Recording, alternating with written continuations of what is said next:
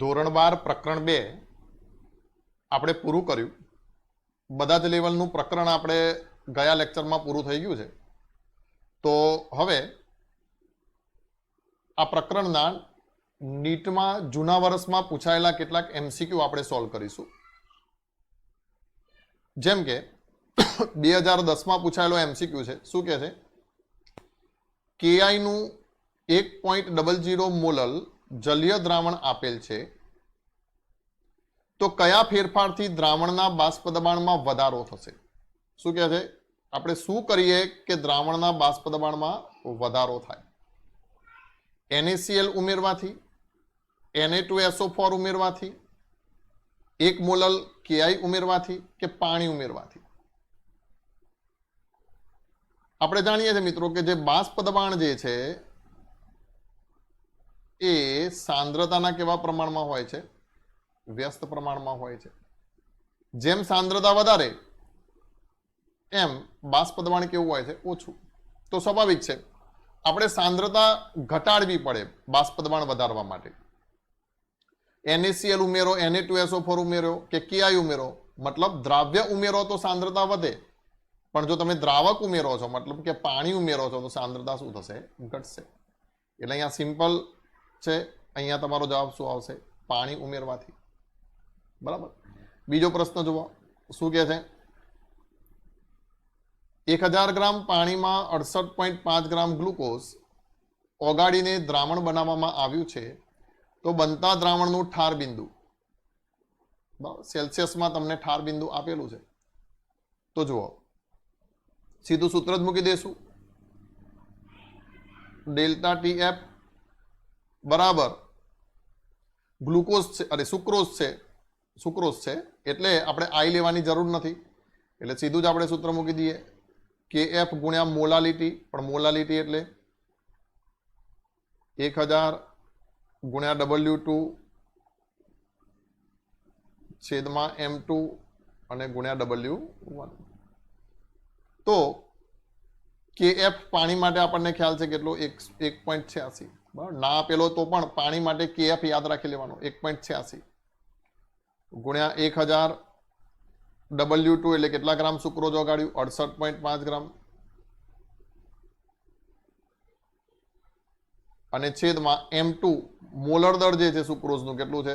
342 અને ગુણ્યા W1 એટલે કેટલા? 1000 ગ્રામ પાણીમાં ઓગાળવામાં આવ્યું.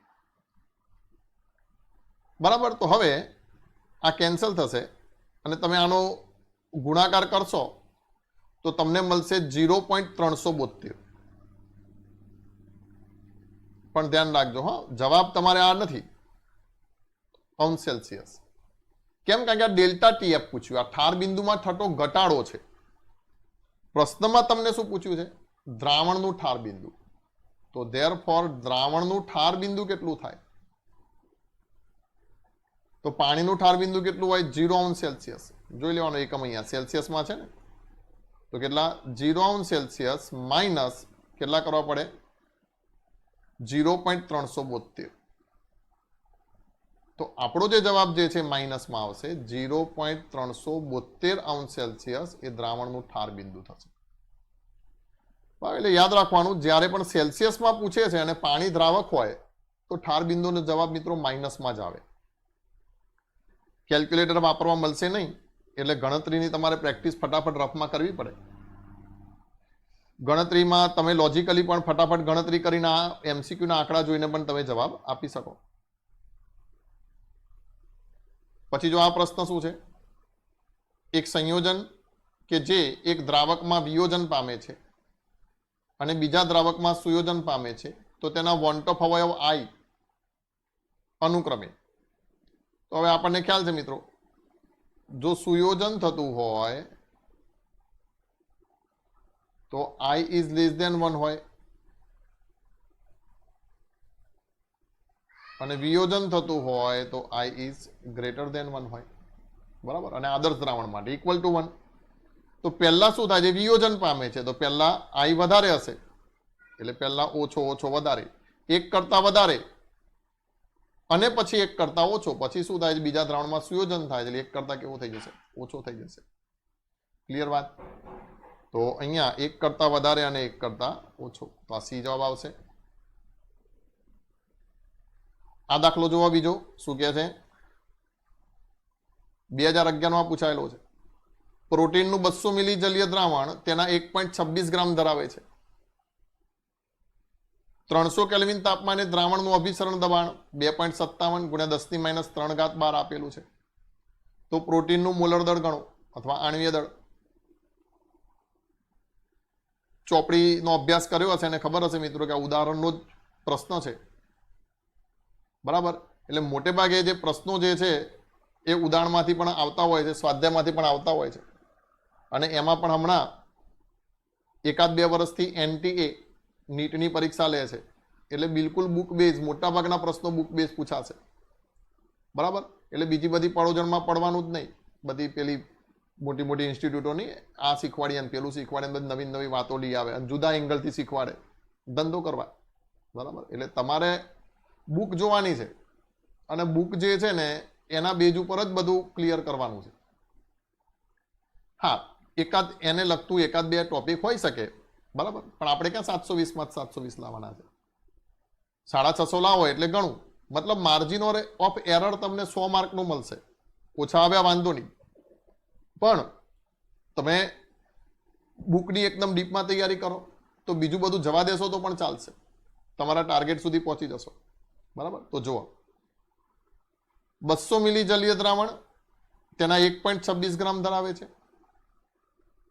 300 કેલ્વિન તાપમાને દ્રાવણનું અભિસરણ દબાણ આપેલું છે. તો પ્રોટીનનું મોલર દળ ગણવાનું છે. તો સ્વાભાવિક છે, આપણે અભિસરણ દબાણ શું કહીએ છીએ, પાઈ બરાબર W2 RT છેદમાં M2V. મોલર દળ M2 ને આપણે ખાલી સૂત્ર કરતા જ બનાવી દેવાનો છે. તો W2 કેટલા છે, તો 1.26 ગ્રામ પ્રોટીન છે, તો 1.26, R આપેલા છે 0.083,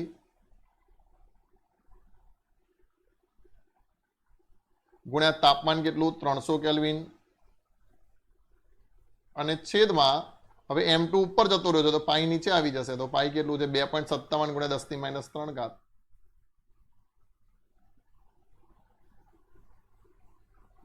અને V સમજો, V અહીંયા લીટરમાં લેવાના છે હો. એટલે અહીંયા કેટલા છે, 200 મિલી છે, તો 200 મિલીના લીટર કેટલા થાય મિત્રો? તો તમે તરત જ કહેશો કેટલા થશે, 0.2 લીટર. 1000 વડે ભાગી નાખવાના ને, એટલે અહીંયા કેટલા થઈ જશે, 0.2.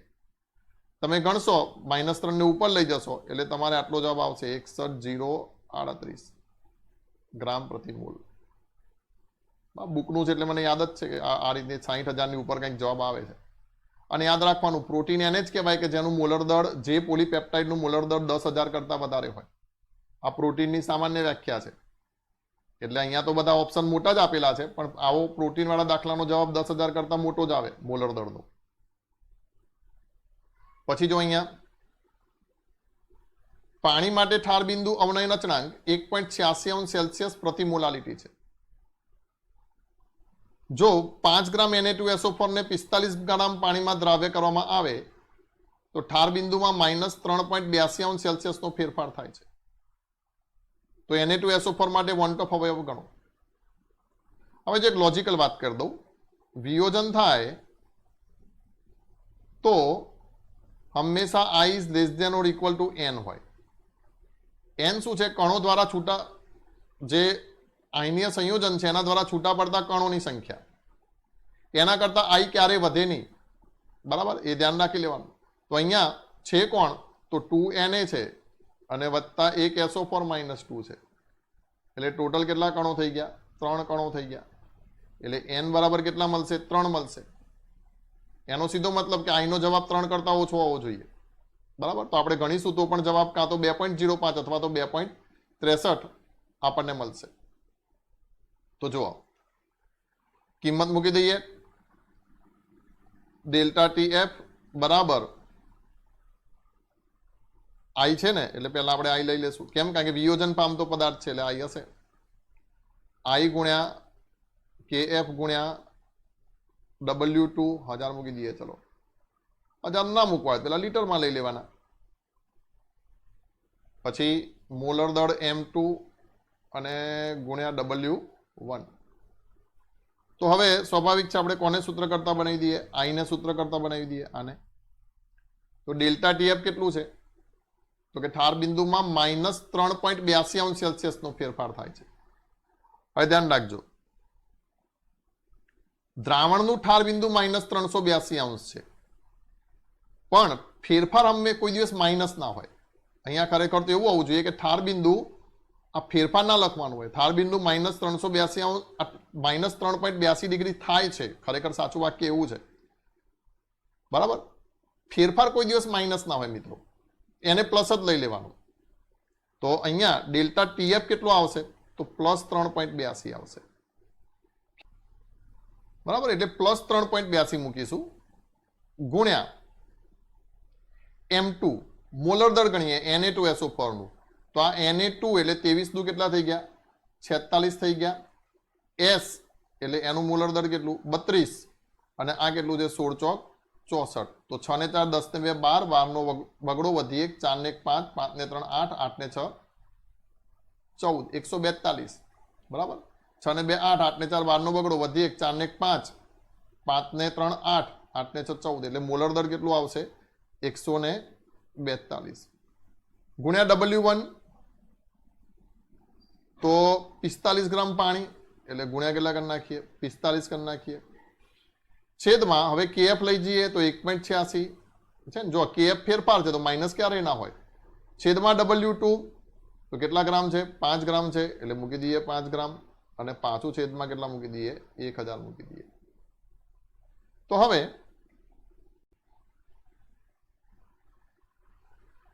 આને સોલ્વ કરીએ, ઝડપી સોલ્વ થાય એટલે હું કેલ્ક્યુલેટરનો ઉપયોગ કરી નાખું છું. 3.82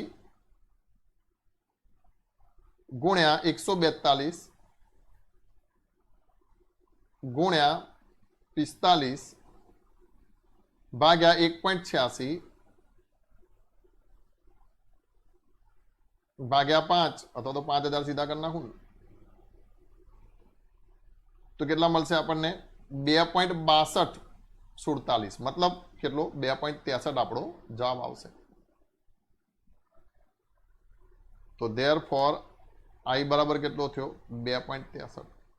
ધ્યાન રાખજો, તમને કેલ્ક્યુલેટર નહીં મળે પાછું, તમારે તો પાછું આવું રફકામ જ કરવું પડશે. આ તો રફકામમાં તમારો ટાઈમ ના બગડે એટલે હું ફટાફટ અહીંયા કને ગણતરી કરું છું. તો જવાબ શું આવ્યો, 2.63. પછી આ જોવો શું કહે છે, નિર્બળ એસિડ HX નું 0.1 મોલર જલીય દ્રાવણ 20% આયનીકરણ થાય છે.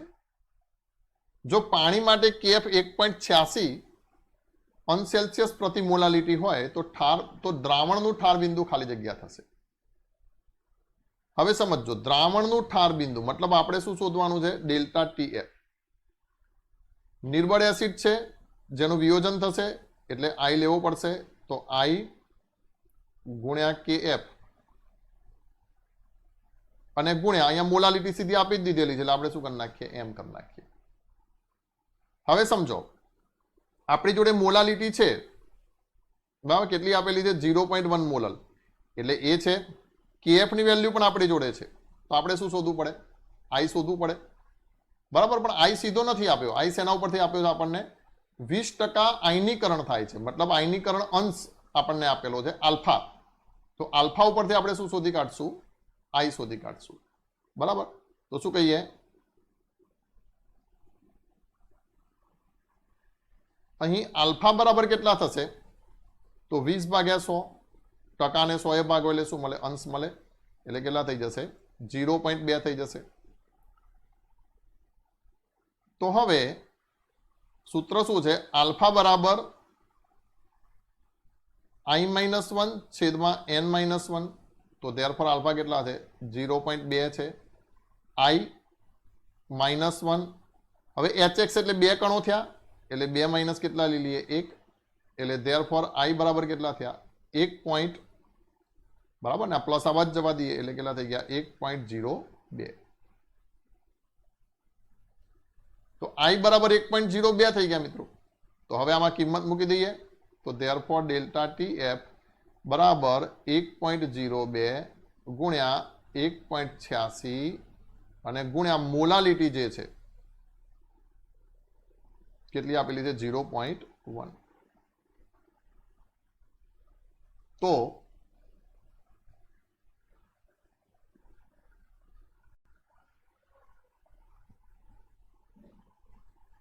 એક 1.02 ગુણ્યા 1.86 અને ગુણ્યા 0.1 એટલે બરાબર કેટલા થશે 0.18 અને 9 છે તો આ કેટલા કરી નાખું 0.189 પણ સમજો દ્રાવણનું ઠાર બિંદુ પૂછ્યું છે તો ધેરફોર ઠાર બિંદુ કેટલું થાય તો જે ઠાર બિંદુ થશે એ 0 - 0.189 થાય ધ્યાન રાખજો ઠાર બિંદુ પૂછે તો માઇનસ જ આવશે અનસેલ્સિયસમાં તો -0.189 તો અહીંયા કને કેટલા લખેલા છે -0.18 તો આ જે છે એ આપણો જવાબ થશે હવે જો આમાં આપણે થોડીક લોજિકલ વાત સમજીએ નિર્બળ એસિડ હોય ને નિર્બળ એસિડ તો હંમેશા આઈ જે છે ને એ n કરતા તો નાનો જ હોય પણ આઈની નજીક જ એકની નજીક હોય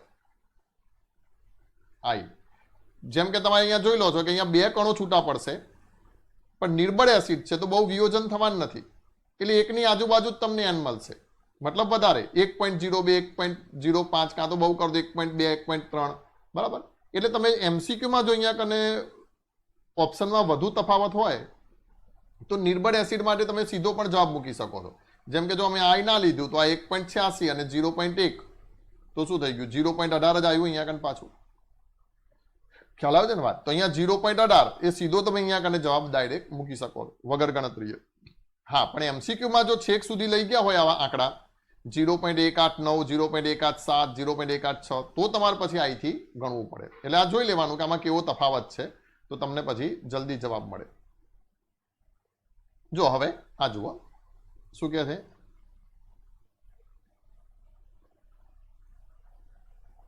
25 સેલ્સિયસ તાપમાને ક્લોરોફોર્મ અને ડાયક્લોરોમિથેન CH2Cl2 ના બાષ્પ દબાણ અનુક્રમે 200 mmHg અને 415 mmHg છે તો 25 ગ્રામ CHCl3 અને 40 ગ્રામ CHCl2 ને મિશ્ર કરતા દ્રાવણનું બાષ્પ દબાણ કેટલું થશે 2012માં પૂછાયેલો પ્રશ્ન છે અને તમે ચોપડી જોશો તો થિયરીમાં ઉદાહરણનો પ્રશ્ન છે આ મિત્રો બાષ્પ દબાણ વાળું ઉદાહરણનો પ્રશ્ન જે છે જે તમને બોર્ડની પરીક્ષામાં 4 માર્કનો પૂછાય બરાબર હવે જો અહીંયા પહેલા એ જોઈ લેવાનું કે આ પ્રશ્ન લોજિકલ ઉકેલાઈ શકે છે તો અહીંયા બાષ્પ દબાણ જોઈ લો કેટલા આપેલા છે તો એક છે 200 mmHg અને બીજું છે 41.5 mmHg તો ધ્યાન રાખવાનું પી ટોટલ જે છે પી ટોટલ નો જવાબ એ 41.5 થી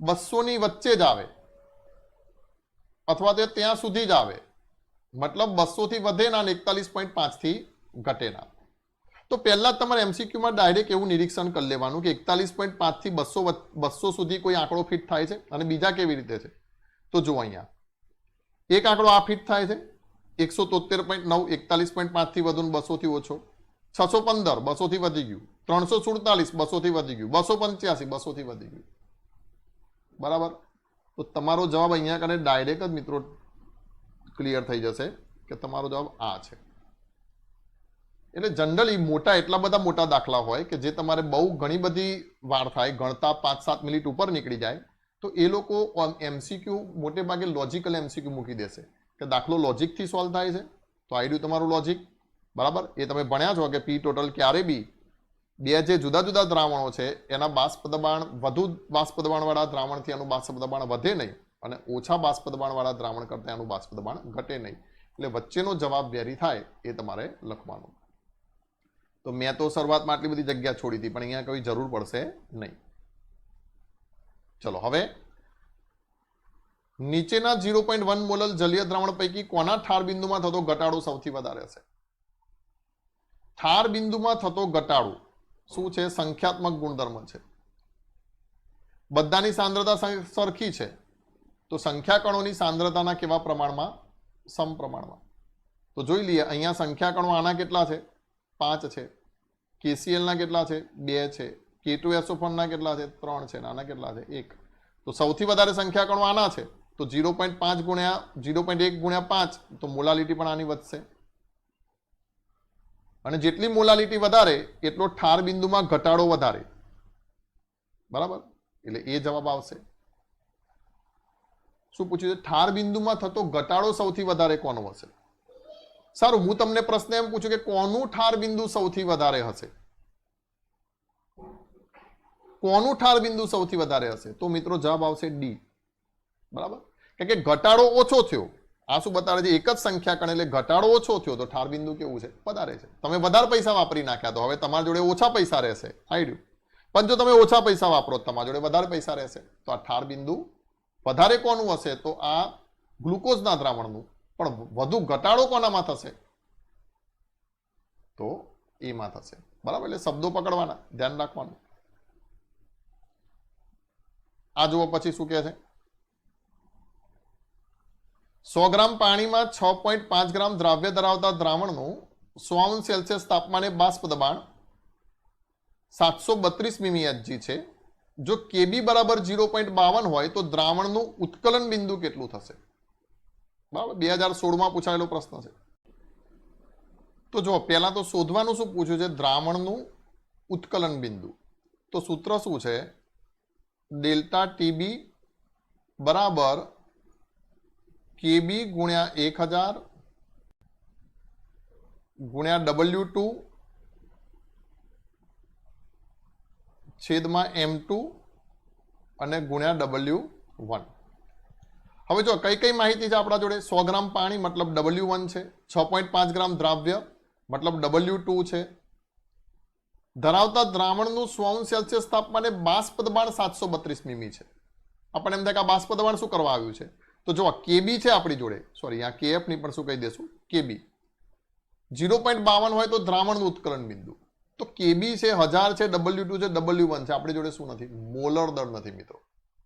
તો એ મોલર દળ આપણે આ બાષ્પ દબાણના સૂત્રનો ઉપયોગ કરીને શોધવાનું છે. ખબર પડી? તો આપણે બાષ્પ દબાણમાં થતો સાપેક્ષ ઘટાડો અને ડેલ્ટા ટીબી બંને સૂત્રોને મર્જ કરવા પડશે. તો જુઓ અહીંયા મોલર દળ બરાબર શું થશે? તો M2 બરાબર KB ગુણ્યા 1000 ગુણ્યા W2 અને છેદમાં ડેલ્ટા ટીબી અહીંયા મૂકી દઉં અને ગુણ્યા શું થશે? W1 થશે. આને હું આપી દઉં સમીકરણ નંબર 1. હવે બાષ્પ દબાણમાં ઘટાડો થયો. આપણને ખબર છે કે પાણીનું બાષ્પ દબાણ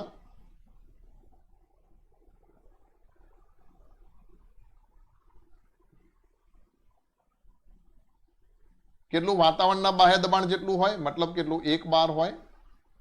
હવે આપણને ખ્યાલ છે મિત્રો 1 બાર એટલે કેટલા મીમી Hg થાય? 760 મીમી Hg થાય. તો કે જે દ્રાવણ બનાવ્યું તો બાષ્પ દબાણ શું થઈ ગયું? ઘટી ગયું. મતલબ અહીંયા P1 ડિગ્રી એ 760 થશે અને ઘટેલું બાષ્પ દબાણ જે છે કેટલું થશે? 732 મીમી Hg થશે. બરાબર, તો હવે જો અહીંયા કને એનું સૂત્ર લખીશ, બાષ્પ દબાણમાં થતો સાપેક્ષ ઘટાડો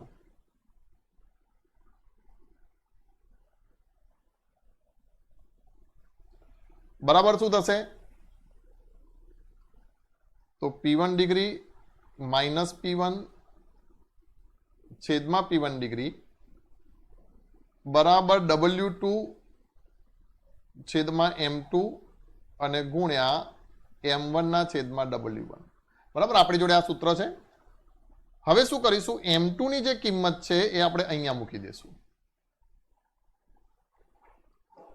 એટલે 1 માંથી M2 ની કિંમત મૂકતા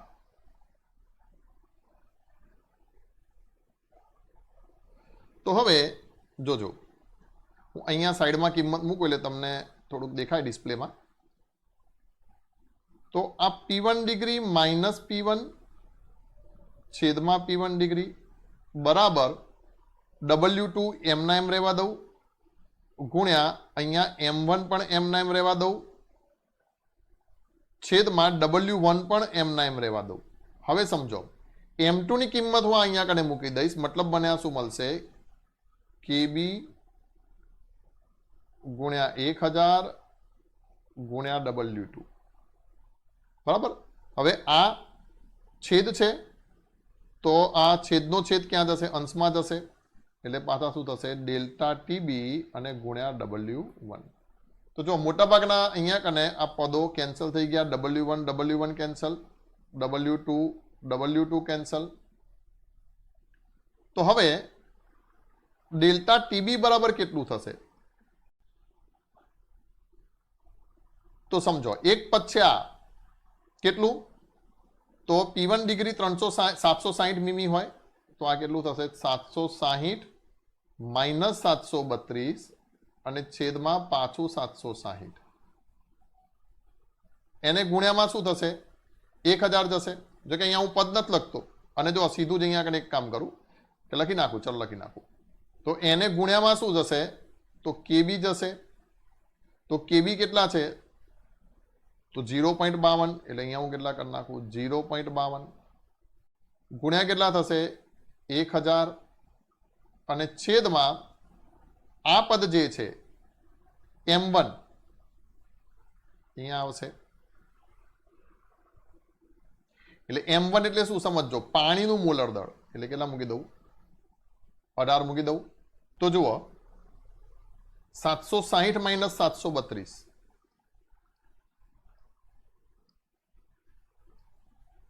બરાબર કેટલા થયા 28 ભાગ્યા 760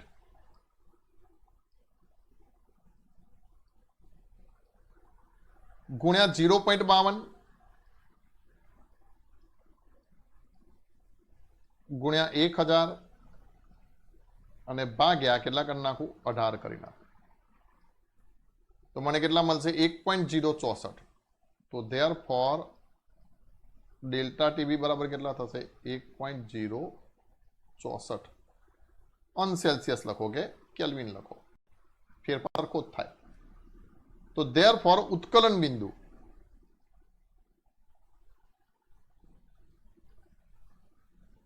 સેલ્સિયસમાં આપેલું છે તો 100 માં ઉમેરી દેશું. તો 100 વત્તા 1.064 એટલે બરાબર કેટલા થયા 101.064 ઓન સેલ્સિયસ. તો સ્વાભાવિક છે આપણો જે જવાબ હશે એ કેટલો આવશે 101, મતલબ આ ડી જવાબ આવશે. બરાબર. તમે રેફરન્સ બુકો જોશો ને તો પહેલા શું કરેલું હશે આના ઉપરથી M2 શોધેલું હશે, પછી M2 ની કિંમત આ ડેલ્ટા TB માં મૂકેલી હશે, પણ એમાં તમારે બહુ ગણતરીઓ કરવી પડે. એટલે તમારે શું કરવાનું હંમેશા જ્યારે ડબલ સૂત્રનો ઉપયોગ થતો હોય દાખલામાં તો હંમેશા સૂત્રો મર્જ કરી નાખવાના, એટલે મોટાભાગના પદો ઉડી જાય, એટલે તમારે ગણતરી કેવી એકદમ ઓછી કરવાની રહે. સારું. હવે આ પ્રશ્ન જુઓ. બેન્ઝીન અને ટોલ્યુઈનનું મોલ પ્રમાણ 1:1 ધરાવતા આદર્શ દ્રાવણ માટે બાષ્પના સંગઠન વિશે નીચેનામાંથી કયું વિધાન સાચું છે?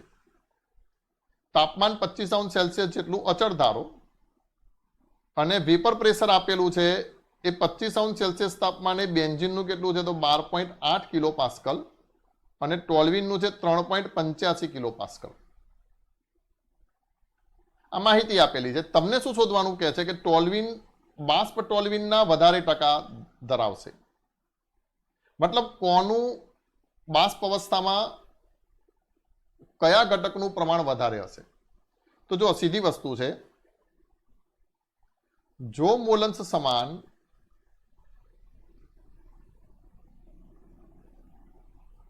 તો જેનું દ્રાવણમાં બાષ્પ દબાણ વધુ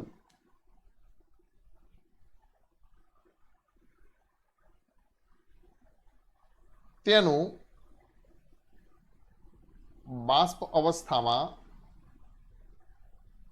મોલન્સ વધુ અથવા તો પ્રમાણ વધુ. સીધી લોજિકલ વસ્તુ મિત્રો કે જેનું બાષ્પ દબાણ વધુ હશે એનું બાષ્પીભવન વધુ ઝડપી થશે. સંખ્યા તો સરખી જ છે. તો બાષ્પ અવસ્થામાં કોના ટકા વધારે હોય? તો જેનું બાષ્પ દબાણ વધુ એના ટકા વધારે હોય. તો બેન્ઝીનનું 12.8 છે, ટોલ્યુઇનનું 3.85 છે. તો બાષ્પ અવસ્થામાં બેન્ઝીનનું પ્રમાણ વધારે હશે, મતલબ એનું મોલન્સ કે જે પણ પ્રમાણ આપણે વજન કે જે કહેવાય તો એ પ્રમાણ વધારે હશે, જ્યારે ટોલ્યુઇનનું કેવું હશે? ઓછું હશે. તો બાષ્પ ટોલ્યુઇનના વધારે ટકા થશે. બાષ્પ બેન્ઝીન અને ટોલ્યુઇનનું સમાન પ્રમાણ હશે. સમાન તો હોય ના, અનુમાન કરવા માટે પૂરતી માહિતી છે જ ભાઈ. બાષ્પ બેન્ઝીનના વધારે ટકા હશે. બરાબર. તો આ એક કન્સેપ્ટ. અને તમે જોજો પાઠ્યપુસ્તકની અંદર બાષ્પ દબાણ વાળો જે દાખલો આપેલો છે, પ્રવાહી દ્રાવણનું બાષ્પ દબાણ, એમાં જે ઉદાહરણ આપેલું છે એ ઉદાહરણની અંદર નીચે આ માહિતી નોંધ કરીને લખેલી છે. એટલે મેં કીધું ચોપડીની જો ડિટેલ તમને ખબર હશે તો તમે ગમે તે લેવલના પ્રશ્નોના જવાબ આપી શકશો. પરીક્ષાના નામ બદલાશે, નીટ અને JEE ને, પણ કન્સેપ્ટ એના જ હશે. ચલો આગળ જોઈએ. 2016 પછી 2017 નો દાખલો. ટોલ્યુઇન તેની બાષ્પ અવસ્થામાં બેન્ઝીન અને ટોલ્યુઇનના દ્રાવણ સાથે સંતુલનમાં છે, જેમાં ટોલ્યુઇનનો મોલન્સ 0.5 છે.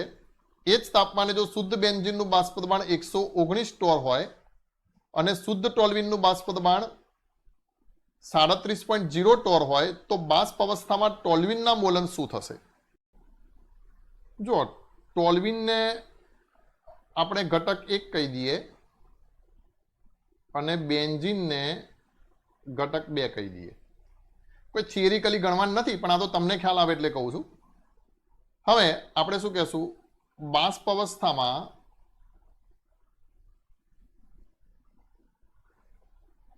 કોઈ બી ઘટક, જેમ કે ઘટક 1 ના મોલન્સ, તો શું કહી દઈએ? y1 બરાબર P1 ડિગ્રી x1 છેદમાં ફરથી પાછું P1 ડિગ્રી x1 વત્તા P2 ડિગ્રી x2. હવે કિંમત મૂકીએ તો જો P1 ડિગ્રી મતલબ ટોલ્યુઇનનું બાષ્પ દબાણ, તો શું કહે છે? ટોલ્યુઇનનું બાષ્પ દબાણ કેટલું છે? 37 ટોર. અને ગુણ્યા ટોલ્યુઇનના મોલન્સ, તો ટોલ્યુઇનના મોલન્સ કેટલા છે? 0.5.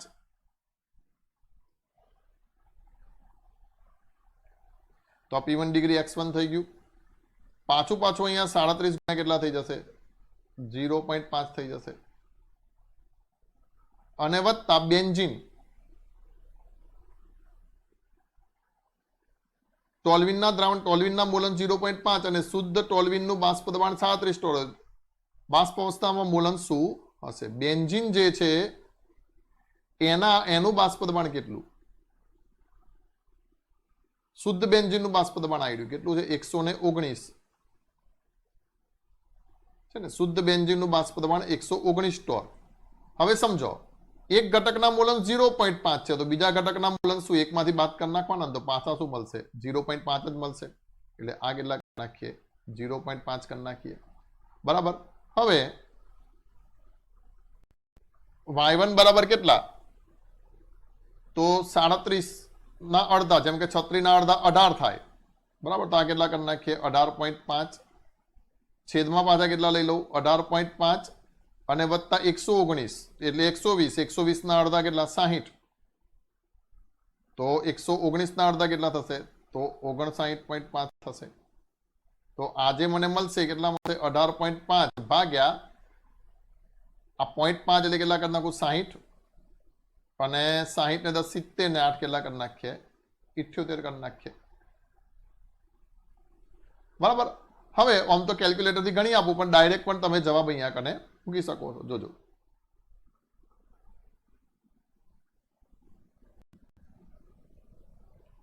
$18.5 ભાગ્યા 78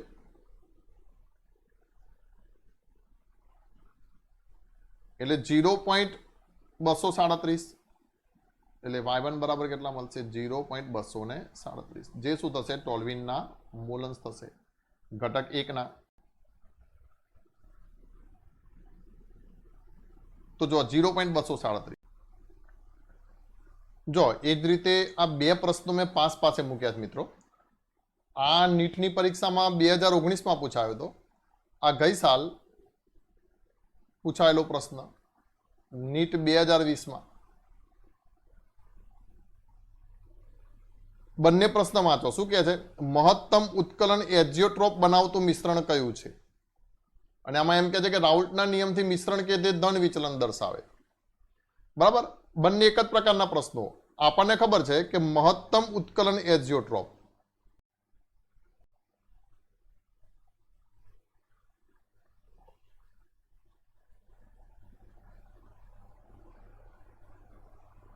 તો આવું જે દ્રાવણ છે કયું વિચલન દર્શાવે, ધન કે ઋણ? તો શબ્દ સમજો. મહત્તમ ઉત્કલન મતલબ ઉત્કલન બિંદુ ઊંચું જતું રહ્યું. ઉત્કલન બિંદુ ઊંચું ક્યારે જાય? જ્યારે બાષ્પ દબાણ અપેક્ષિત બાષ્પ દબાણ કરતા કેવું હોય? વધારે હોય. બરાબર, અરે સોરી, ઓછું હોય. બાષ્પ દબાણ ઓછું તો ઉત્કલન બિંદુ કેવું? ઊંચું. તો બાષ્પ દબાણ ઓછું થઈ ગયું તો મહત્તમ ઉત્કલન એજીઓટ્રોપ. હવે બાષ્પ દબાણ ઓછું તો કયું વિચલન કહેવાય? રાઉલ્ટના નિયમથી ઋણ વિચલન.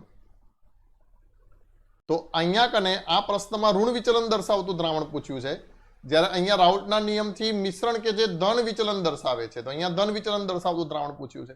તો છેલ્લા 2 વર્ષમાં એક જ કન્સેપ્ટમાંથી પ્રશ્ન આવેલ છે અને બિલકુલ ચોપડીમાંથી અથવા તો આપણા મટીરિયલમાંથી મેં ક્રોપ કરેલું પાનું અહીંયા મૂકી જ દીધેલું છે. આ જે છે એ આદર્શ દ્રાવણ માટે છે. બરાબર, પછી આ ન્યૂનતમ ઉત્કલન એજીઓટ્રોપ મતલબ ધન વિચલન માટે છે રાઉલ્ટના નિયમથી, અને આ રાઉલ્ટના નિયમથી કયા વિચલન માટે છે? ઋણ વિચલન માટે છે. બરાબર, તો આપણી બુકની અંદર આ બધા ઉદાહરણો આપેલા જ છે. તો આના ઉપરથી તમે સીધું કહી શકશો કે ઋણ વિચલન દર્શાવતું દ્રાવણ કયું છે. તો તમે તરત જ કહેશો કે ભાઈ ઇથેનોલ વત્તા પાણી, એ તો કયું વિચલન દર્શાવે? ધન વિચલન દર્શાવે. એસિટોન વત્તા કાર્બન ડાયસલ્ફાઇડ, તો એ પણ કયું વિચલન દર્શાવે છે? ધન વિચલન દર્શાવે છે. હેપ્ટેન વત્તા ઓક્ટેન, એ કયું? તો આદર્શ દ્રાવણ બતાડે છે. આ મહત્તમ ઉત્કલન એજીઓટ્રોપ છે, મતલબ કયું વિચલન દર્શાવે છે? ઋણ વિચલન દર્શાવે છે. બરાબર, એટલે આપણો જવાબ જે છે એ શું આવશે? આ ડી આવશે. એ જ રીતે ગઈ સાલ પૂછાયેલા પ્રશ્નમાં જુઓ તો જેમ હેપ્ટેન અને ઓક્ટેન આદર્શ દ્રાવણ બનાવશે, એમ બેન્ઝીન અને ટોલ્યુઇન પણ કયું દ્રાવણ બનાવશે? તો આદર્શ દ્રાવણ બનાવશે. એસિટોન અને ક્લોરોફોર્મ, તો એસિટોન અને ક્લોરોફોર્મ એ રાઉલ્ટના નિયમથી કયું વિચલન દર્શાવશે? ઋણ વિચલન દર્શાવશે મિત્રો. પછી ક્લોરોઇથેન અને બ્રોમોઇથેન, તો બંને એકને એક જેવા થઈ ગયા ને. ક્લોરોઇથેન એ પણ હેલો આલ્કેન છે, બ્રોમોઇથેન એ પણ હેલો આલ્કેન છે. તો શું બનાવશે? આદર્શ દ્રાવણ બનાવશે. બરાબર, જે સમાન ધર્મી શ્રેણી કોમન હોય, જેમ કે બેન્ઝીન ટોલ્યુઇન, તો બંને શું છે? એરોમેટિક હાઇડ્રોકાર્બન, તો આદર્શ દ્રાવણ બનાવે. બંને હેલો આલ્કેન, તો આદર્શ દ્રાવણ બનાવે.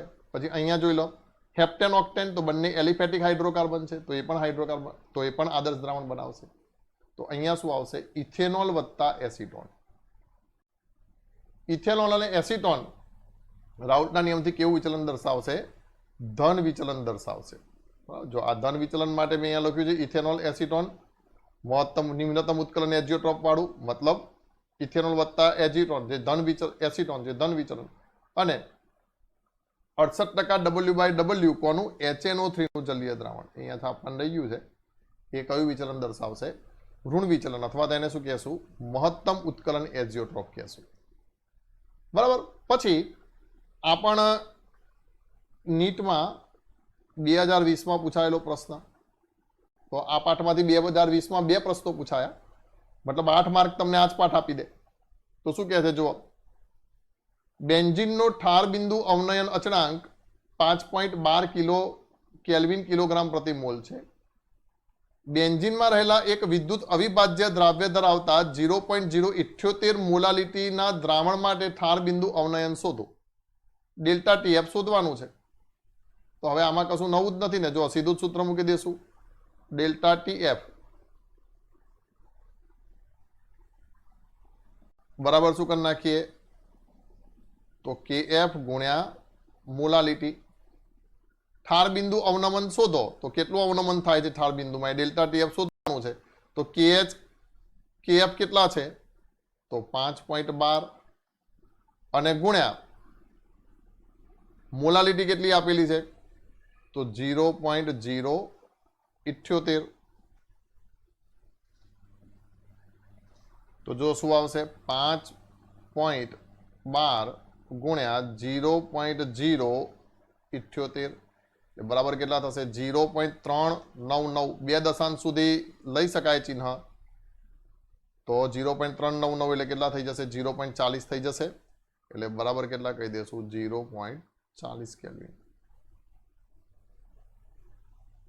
જો ધ્યાન રાખો આ તો સમજો આ તો મેં તમને કેલ્ક્યુલેટરથી ગણી બતાડ્યું તમારે તો કેલ્ક્યુલેટર વાપરવાનું નથી પણ તમે ઘણી વખત આવો અંદાજો લગાડી શકો જેમ કે 0.078 મતલબ 80 ની આજુબાજુ થયું અને આ 5.12 છે બરાબર તો 8 પંચું 40 એવું સીધી ગણતરી કરી શકો ને તમારે ચોગડો દેખાવો જોઈએ અહીંયા તો ચોગડો ક્યાં દેખાય છે આ બીજા નંબરમાં દેખાય છે ને બરાબર એટલે આ બે જે છે એ આપણો જવાબ થશે